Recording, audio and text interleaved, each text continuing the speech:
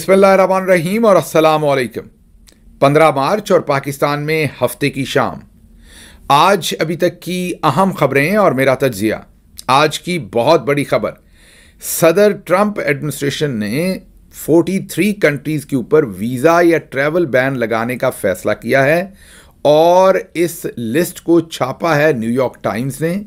पाकिस्तान इसमें orange category में डाला गया है। इस खबर पर तफसील से बात करेंगे कि पाकिस्तान पर इसके क्या असरात हो सकते हैं, लेकिन उससे पहले खराज तहसीन पेश करना होगा इमरान खान को, जिनकी काविशों की वजह से आज 15 मार्च को पूरी दुनिया में इस्लामोफोबिया के मुतल्लक दिन मनाया जा रहा है। इस्लामोफोबिया जो मुसलमानों को उनके मज़हब की वजह से निशाना बनाने के लिए एक टर्म है और इसी मुनासबत से आज के दिन पूरी दुनिया में अवेयरनेस दी जाती है। आपको पता है कि जितनी इसकी ज़रूरत शायद आज है उतनी इससे पहले कभी नहीं थी। मुसलमान जो हैं वो पूरी दुनिया के अंदर इस वक्त निशाने पर हैं, भले वो यूरोप हो, अमेरिका हो या दुनिया के दूसरे खित्ते हों। कई जगहों पर तो हमारी अपनी गलतियां हैं और कई जगहों पर महज इसलिए कि हम मुसलमान हैं इसलिए हमें निशाने पर रखा जाता है। बदकिस्मती से जो मुसलमान ममालिक हैं उनके सरबराहों ने किसी ने इफ़ेक्टिवली इस पर इससे पहले आवाज़ नहीं उठाई। इमरान खान वो वाहिद मुस्लिम किसी भी मुल्क के सरबराह थे जिन्होंने पूरी दुनिया में इफ़ेक्टिवली, अब आप कहेंगे नहीं बात तो होती है, हाँ लोकल अपनी कंजम्पशन के लिए तो बात होती है, लेकिन पिछले 25 साल में जब 9/11 के बाद खुसूसी तौर पर इस्लामोफोबिया का सारा मामला बढ़ गया बहुत ज़्यादा और मुसलमानों की परसिक्यूशंस भी हुई, मुसलमानों को टारगेट भी किया गया, हेट क्राइम्स भी किए गए, उस सारे ज़माने में किसी भी मुसलमान लीडर ने सही तरीके से इंटरनेशनल फोरम्स पर इन चीज़ों को डिफेंड नहीं किया। वो इमरान खान थे जिन्होंने भरपूर तरीके से बार बार इसे वेस्टर्न वर्ल्ड के सामने रखा और एक तकाबली जायज़ा भी दिया कि मुसलमान कैसे महसूस करते हैं और माजी में कुछ ऐसी चीज़ें जिस पर वेस्टर्न कंट्रीज़ बहुत सेंसिटिव हैं उनके साथ तकाबली जायज़ा पेश किया कि किस तरीके से मुसलमानों के जो एहसासात हैं वो भी बहुत अहम हैं, वो भी हसास हैं, उनके बारे में भी आपको गौर करना पड़ेगा। बहरहाल अच्छा होता अगर इस मिशन को दूसरे मुसलमान ममालिक के लीडरान भी लेकर चलते बोलते, लेकिन आज इमरान खान के जेल में होने की वजह से इस पर मुकम्मल सन्नाटा है। आखिरी बात इस सिलसिले में करता जाऊं कि शायद यही वजह है कि ऐसे बच्चे वेस्ट में, मैं बहुत सारे यंगस्टर्स के साथ मिला जो कभी पाकिस्तान नहीं गए, हाँ वो पाकिस्तानी पेरेंट्स के घर पे पैदा हुए, कभी बचपन में गए, मीन उनकी ना ज़ुबान बहुत ज़्यादा वो उर्दू बोल पाते हैं, ना पाकिस्तान के साथ उनका उस तरीके से, क्योंकि वो बाहर पैदा हुए हैं, उनके लिए तो वही मुल्क है जहाँ पर वो पैदा हुए हैं, ना वो पाकिस्तान को 1-2 दफ़ा से ज़्यादा गए, ना उनके उस तरीके से कोई टाइज़ हैं, लेकिन फिर भी वो इमरान खान से मोहब्बत करते हैं और इमरान खान की वजह से अब पाकिस्तान के साथ वापस जुड़े हुए हैं। तो ऐसे बहुत सारे यंगस्टर्स से जब मैंने पूछा कि आपकी पाकिस्तानी सियासत में दिलचस्पी लेने की वजह क्या है, तो उन्होंने बहुत ही खूबसूरत जवाब दिया कि इस इमरान खान वाहिद लीडर हैं जिन्होंने मेरी बात की है। मैं सेकंड जनरेशन यूरोपियन हूँ या अमेरिकन हूँ, मेरी बात की है, मेरे हकूक़ की बात की है, इस्लामोफोबिया की बात की है, जो किसी और मुसलमान मुल्क के लीडर ने नहीं की। ये सिर्फ पाकिस्तानी बाहर रहने वालों के बच्चों की मैं बात नहीं कर रहा, वो सोमालियन हो या वो इजिप्शियन हो या जिस भी मुसलमान मुल्क की यंगर जनरेशन के साथ आपकी इंटरेक्शन होती है तो उनका इमरान खान के साथ एक ख़ास किस्म का रिश्ता है, एक ख़ास किस्म का कनेक्शन है और उसकी वजह मैंने आपको बताई है कि वो समझते हैं कि इमरान खान वो वाहिद लीडर हैं जिन्होंने उनके मसले पर पूरी दुनिया को तवज्जो दिलाई है। अब चलते हैं अगली खबर की तरफ। बड़ी खबर है, खबर ये है कि सदर ट्रंप की जो एडमिनिस्ट्रेशन है वो 43 कंट्रीज़, जी हाँ 43 कंट्रीज़ के ऊपर ट्रैवल या वीज़ा बैन की रिस्ट्रिक्शंस लगाने जा रही है। आपको याद होगा कि जब सदर ट्रंप ने अपना ऑफिस संभाला था तो वो 20 जनवरी को संभाला था और उस दिन उन्होंने मुतअद्दिद एग्जीक्यूटिव ऑर्डर्स जो हैं वो साइन किए थे।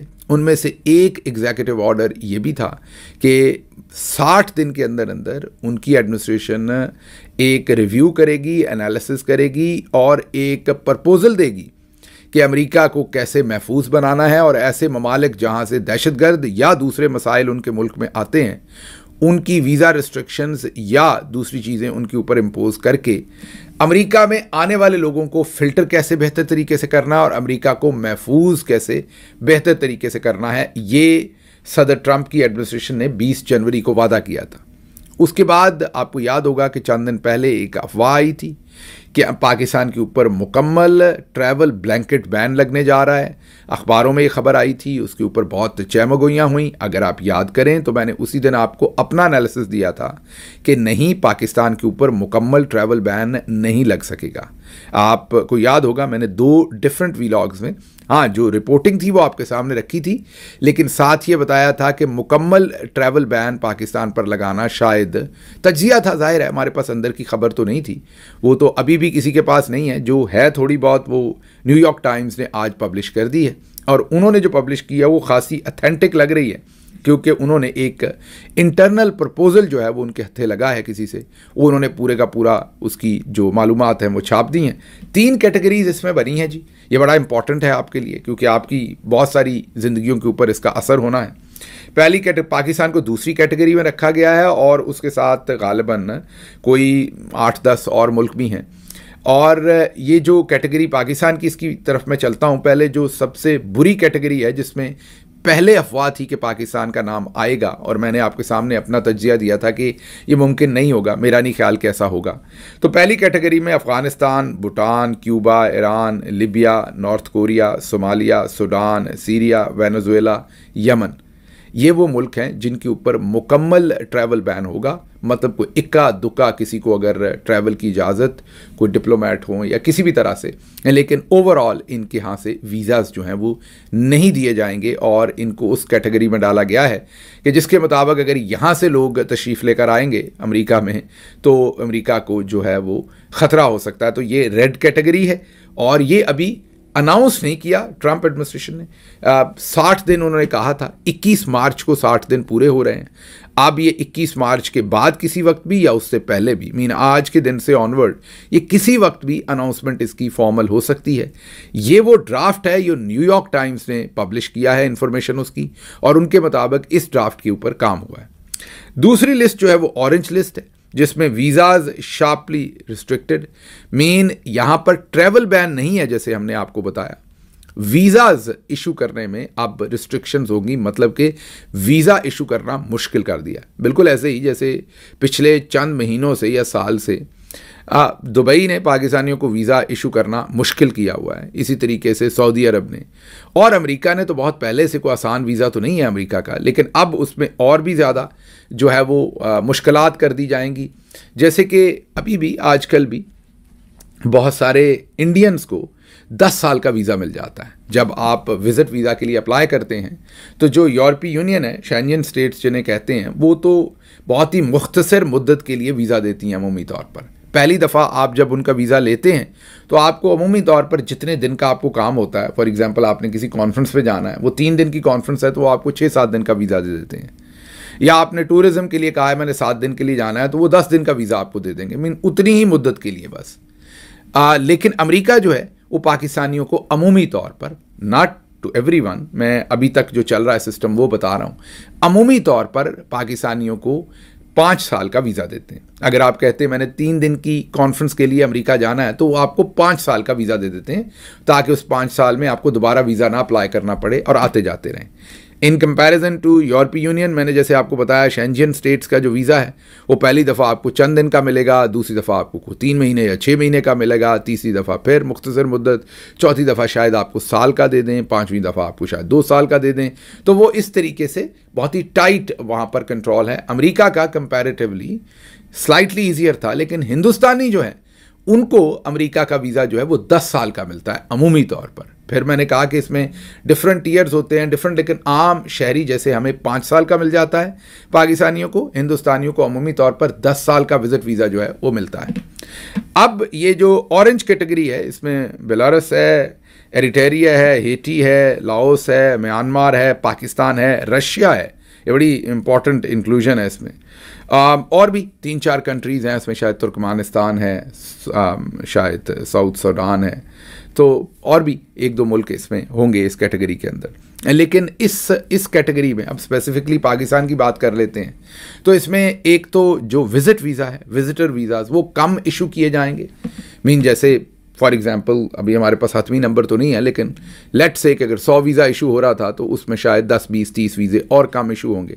तो वीज़ा की क्राइटेरिया सख्त कर दिया जाएगा, वीज़ाज़ कम इशू होंगे, वीज़ाज़ डिलेड इशू होंगे। आगे पहले आपको शायद अगर महीने में वीज़ा मिल जाता है 15 दिन में, तो एडमिनिस्ट्रेटिव प्रोसेसिंग जो है वो मज़ीद की जाएगी, जिससे वीज़ा डिले होगा।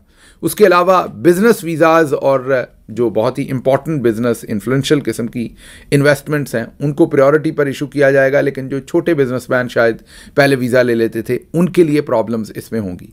अभी तक मैंने जैसे आपको कहा कि इसमें कोई हतमी चीज़ नहीं है, लेकिन बहरहाल ये अच्छी बात ये है कि आप उस रेड कैटेगरी में नहीं आ रहे। न्यूयॉर्क टाइम्स की जो बड़ी ऑथेंटिक खबर होती है, तो पाकिस्तान जो है वो मुकम्मल ट्रैवल बैन से तो बाल बाल बच गया है।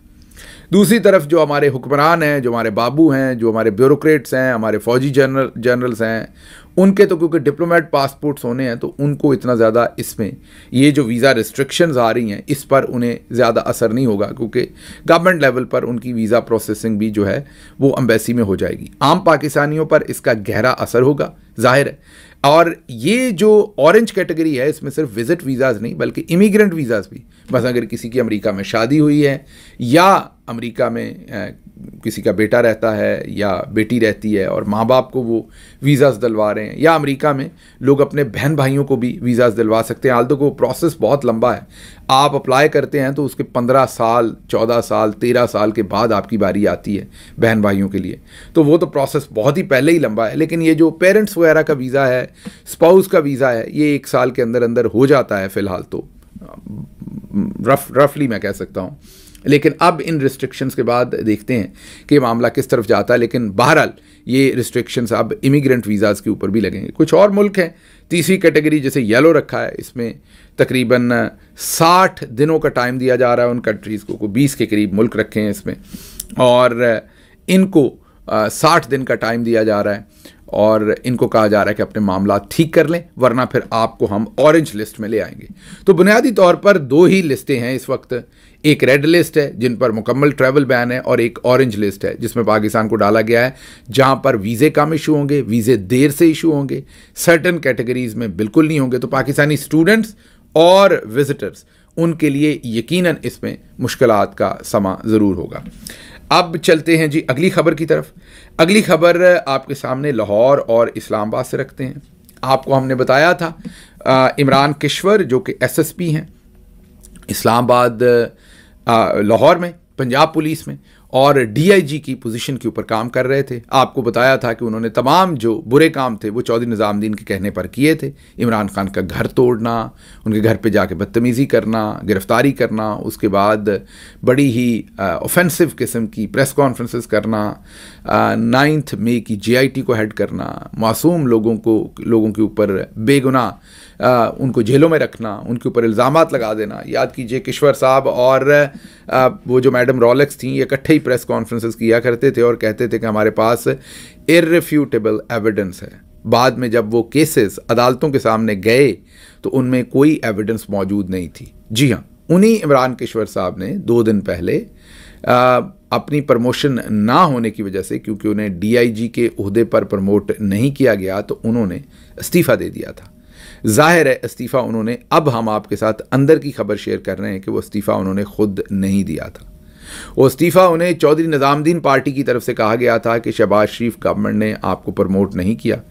असल में तो चौधरी निज़ामुद्दीन पार्टी ने दुरुस्त तरीके से उनके लिए ऊपर मैसेजिंग नहीं की थी, उनके लिए ऊपर लॉबिंग नहीं की थी, उनके लिए ऊपर अहकामात नहीं दिए थे कि इनको प्रमोट किया जाए। इनकी परफॉर्मेंस को क्वेश्चन मार्क के अंडर रखते हुए इनको प्रमोट नहीं किया गया। बाद में चौधरी निज़ामुद्दीन साहब के साथ इन्होंने जब गिला किया कि मैंने तो आपको इतना सर्व किया है और मुझे आपने प्रमोट नहीं किया, तो फिर चौधरी साहब ने कहा कि आप ये रिज़ाइन दे दें।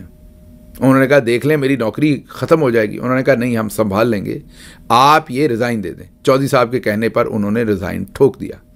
उसके बाद फिर आपने देखा कि उसको कैसे फ़ॉरेन टेलीविजन पर चौधरी साहब ने पहले चलवाया और रेजिग्नेशन का जो लेटर था, उसके जो अल्फाज थे वो भी ऐसे ही लगता था कि जॉर्ज वाशिंगटन ने अमेरिकी लोगों को ही कुर्बानी का जिक्र करते हुए ख़त लिख दिया है। भारी भरकम ख़त था, जब तक आप नीचे नाम ना पढ़ें तो किसी क्रांतिकारी का ख़त ही वो लग रहा था। बहरहाल अब इंफॉर्मेशन ये है कि चौधरी साहब के कहने पर जो CCPO लाहौर हैं और IG पंजाब हैं, उन्होंने इनसे मुलाकात करके वीज़ा वापस लेने की वीज़ा कह दिया, रिज़ाइन वापस लेने की, वीज़ा ही है वैसे तो इनके पास, चौधरी साहब ने लगाया हुआ, रिज़ाइन वापस लेने की इनसे रिक्वेस्ट की है।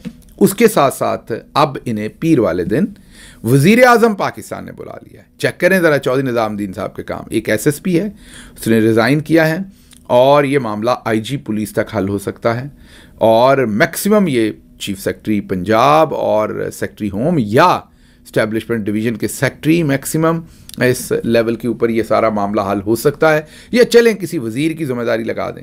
लेकिन अब चौधरी साहब अपने जिन लोगों ने उनके लिए बुरे या अच्छे काम किए होते हैं, बुरे ही किए होते हैं यूजली, उनको फिर प्रोटेक्ट करते हैं, उनके सर पर हाथ रखते हैं और दूसरों को मैसेजिंग करते हैं कि देखिए, हम जो बंदा हमारे कहने पर गैर कानूनी काम करेगा फिर हम उसका नुकसान नहीं होने देंगे। तो अब इमरान किश्वर जो एक SSP हैं, और उनको अब सीधा ही लेके जाया जा रहा है प्राइम मिनिस्टर ऑफ पाकिस्तान के पास। उन्होंने उन्हें खुद बुला लिया है। अब प्राइम मिनिस्टर अभी आपको कह देंगे कि प्राइम मिनिस्टर उनसे वादा करेंगे कि आपकी प्रमोशन पर इंसाफ के साथ काम होगा और हम रिव्यू करेंगे, आप इस्तीफ़ा वापस ले लें। हम अभी आपको बता देते हैं कि पीर वाले दिन वो इस्तीफ़ा वापस ले लेंगे, और पीर नहीं तो 2-4 दिन बाद ले लेंगे, और उनको प्रमोशन भी मिलेगी और उनका रिव्यू भी होगा। तो ये चौधरी साहब का खेला हुआ नया खेल है। अक्सर ही खेलते हैं, ये कोई पहली दफ़ा तो नहीं है, लेकिन अक्सर ही खेलते हैं। अच्छा जी, आगे चलते हैं। इससे पहले के और भी खबरें थीं आज। अभी तक IMF का स्टाफ लेवल जो एग्रीमेंट है वो पाकिस्तान के साथ नहीं हुआ। फर्स्ट रिव्यू पर $7 बिलियन मज़ीद मिलने हैं। IMF सेटिस्फाइड नहीं है, जो बहुत सारी चीज़ें की हैं, लेकिन अभी उनके साथ बातचीत चल रही है। फाइनेंस मिनिस्टर कहते हैं सब अच्छा है, IMF कहता है सब अच्छा नहीं है, लेकिन एवेंचुअली तो आपको पता है कि ये बैरूनी जो इस्टेब्लिशमेंट है उन्होंने ये एग्रीमेंट करवा के देना है। तो मेरा ख्याल पाकिस्तान का बाजू और थोड़ा मरोड़ना होगा, और जब मरोड़ लेंगे तो फिर ये एग्रीमेंट हो जाएगा। तो ये किसी और के कहने पर ही एग्रीमेंट होना है, तो फिलहाल यहाँ पर ये गेम खेली जाएगी और एवेंचुअली मेरे ख्याल में ये एग्रीमेंट जो है वो हो जाएगा। अच्छा जी, जो आखिरी खबर आपके सामने रखनी है वो ये रखनी है कि लाहौर हाई कोर्ट ने सोशल मीडिया ऐप जो X है उसके ऊपर उन्होंने अब रिपोर्ट मांगी है हुकूमत से। बड़ी इंटरेस्टिंग सिचुएशन डेवलप हुई है, क्योंकि उसमें उन्होंने ये भी कहा है कि X पर, ट्विटर पर पाबंदी तो आपने लगा दी, हमें ये ज़रा पूरी रिपोर्ट जमा करवाएं कि कौन कौन सा सरकारी ओहदेदार या हुकूमती ओहदेदार जो है वो X को पाबंदी लगाने के बावजूद इस्तेमाल कर रहा है। ये बहुत ही ज़बरदस्त चीज़ लाहौर हाई कोर्ट ने ज़बरदस्त सवाल पूछा है, क्योंकि अब नज़र आएगा कि शहबाज शरीफ समेत उनकी पूरी काबीना X को VPN लगाकर इस्तेमाल करती है। तो अब अदालत में अगर अदालत ये पूछ ले कि आपने तो इसको गैर कानूनी करार दिया हुआ है, तो फिर मुल्क का वज़ीर आज़म और बड़े बड़े तमाम वज़रा वो किस खुशी में ये गैर कानूनी काम जो है वो कर रहे हैं। तो मेरा ख्याल है इंटरेस्टिंग जवाब होंगे, और अच्छा है कि ये पूछ गया कि या तो फिर इसको ट्विटर को जो है वो बैन ही नहीं करना था, इसको X को कहना ही नहीं था कि ये कोई मतनाज़ चीज़ है, इसको बैन कर दो। और अगर बैन कर दिया तो फिर मुल्क का वज़ीर आज़म उसे क्यों इस्तेमाल कर रहा है, क्यों कानून तोड़ रहा है, फिर खुद कानून तोड़ रहा है तो बाकी सारे उसको कैसे अमल करेंगे। तो इंटरेस्टिंग सिचुएशन डेवलप हो रही है ये लाहौर हाई कोर्ट के अंदर। जो भी इसमें से डेवलपमेंट हुई आपके सामने रखेंगे। मुझे यहाँ से इजाज़त दीजिए। अल्लाह आपका हामी और नासिर हो। पाकिस्तान जिंदाबाद।